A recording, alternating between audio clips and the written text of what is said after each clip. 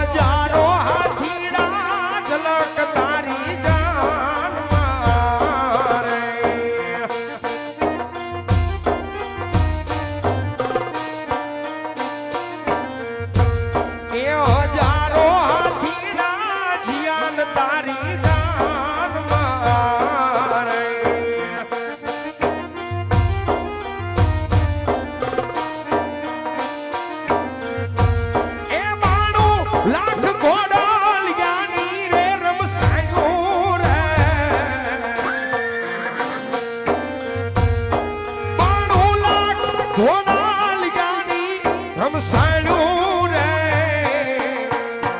હું મારા પરિવારના ભાણેજ આલા પરાણવા રે હું મારા પરિવારના ભાણેજ આલા પરાણવા એ પરાણવા એ પરાણવા